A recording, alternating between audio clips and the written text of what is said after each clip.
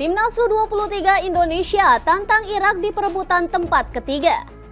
Timnas U23 Indonesia akhirnya resmi menantang Irak dalam laga perebutan tempat ketiga di Piala Asia U23.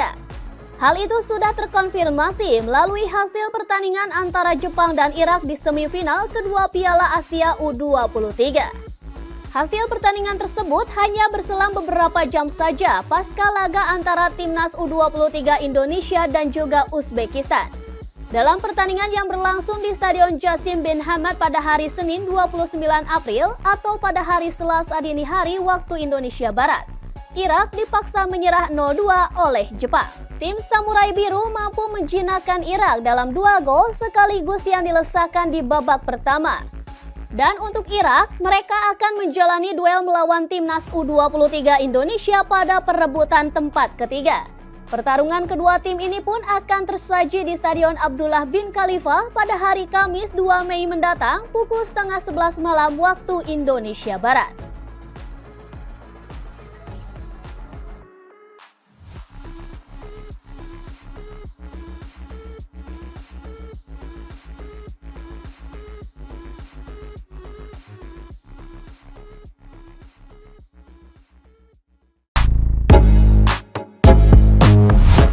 Tiga fakta dari kekalahan Timnas Indonesia di semifinal Piala Asia U23.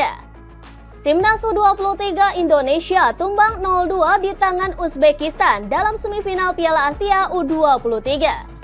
Laga Timnas U23 Indonesia versus Uzbekistan dalam jadwal Piala Asia U23 bergulir di Stadion Abdullah bin Khalifa pada hari Senin 29 April kemarin. Sepasang gol Uzbekistan yang bersarang ke gawang Timnas U23 dikemas oleh Hussein Nurkaev di menit ke-68 dan Pratama Arhan di menit ke-86 gol bunuh diri. Dan terdapat 3 fakta dari kekalahan Timnas U23 Indonesia dari Uzbekistan.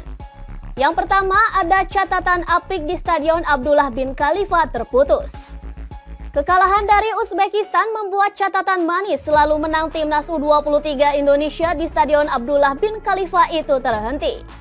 Sebelumnya, Timnas U23 Indonesia menang dalam 2 laga fase grup menghadapi Australia dan Yordania di Stadion Abdullah bin Khalifa.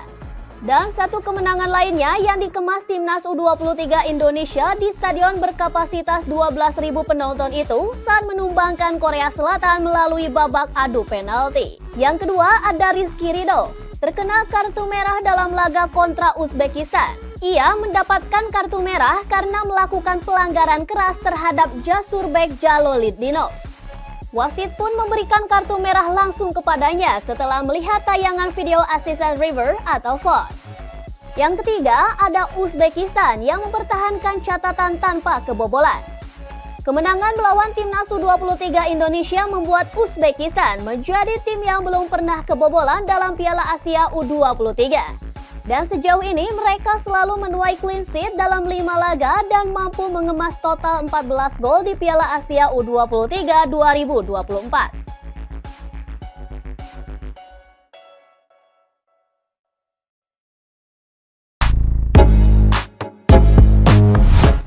Statistik Timnas Indonesia versus Uzbekistan U23 di Piala Asia U23 2024. Ya, ajang Piala Asia U23 telah memasuki babak semifinal. Timnas Indonesia U23 dihadapkan dengan lawan yang berat yaitu Uzbekistan. Pertandingan ini akan menjadi pertarungan yang sengit dan memperebutkan tiket ke final. Statistik kedua tim pun menunjukkan gambaran yang sangat menarik. Uzbekistan sendiri tampil lebih dominan dalam beberapa aspek, terutama dalam hal penyelesaian akhir dan agresivitas di depan gawang. Mereka pun telah mencetak 12 gol dan 29 tembakan tepat sasaran. Catatan itu pun merupakan jumlah terbanyak di Piala Asia U23.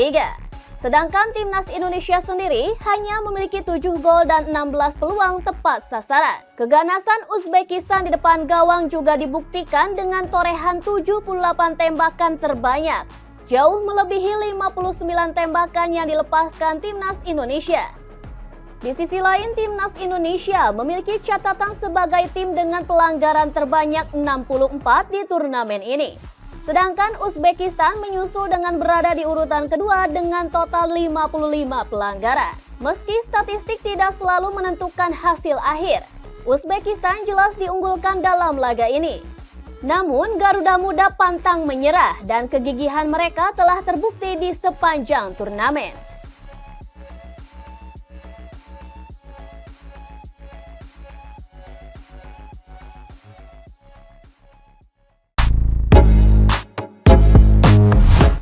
Pelatih Timnas Jepang, taktik Timnas Indonesia jenius. Go Oiwa yang kini menangani Jepang U23 mengaku terheran-heran melihat Timnas Indonesia bisa menumbangkan Korea Selatan.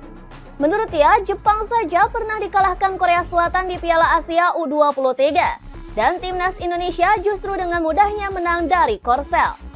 Seperti yang diketahui, Timnas Indonesia menuai sorotan publik dunia usai melangkah ke semifinal Piala Asia U23 dengan cara yang heroik, yakni menyingkirkan tim jagoan yaitu Korea Selatan. Padahal pasukan Sinteyong awalnya sempat tidak diunggulkan bahkan sebelum turnamen Piala Asia U23 mulai bergulir pada bulan ini. Kemenangan Timnas Indonesia atas Korea Selatan membuat kontestan Piala Asia lainnya tidak menyangka, tak terkecuali dari pelatih Jepang Go Oiwa. Tim muda Indonesia merupakan kejutan di turnamen ini. Saya sendiri bahkan tak mengira kalau Indonesia bisa menang dari Korea, tim yang mengalahkan kami di babak penyisihan, kata Go Oiwa.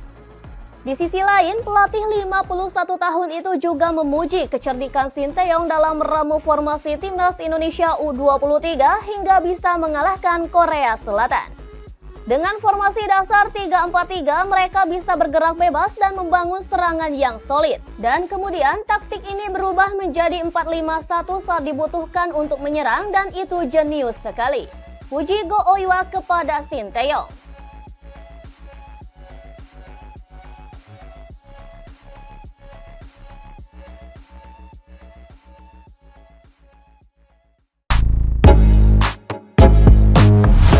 Belum pernah ada juara beruntun di Piala Asia U23.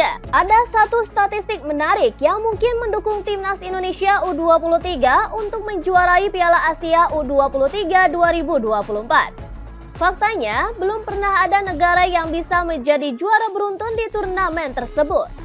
Timnas Indonesia sendiri berpeluang mencetak sejarah lagi pada Piala Asia U23. Anak asuh Sinteyong itu telah melaju hingga semifinal dan butuh 2 kemenangan lagi untuk menjadi juara. Piala Asia U23 baru digelar kali pertama pada 2013 yang lalu. Dan menariknya, setiap edisi selalu melahirkan juara baru alias tidak ada kontestan yang pernah menjuarainya secara beruntun.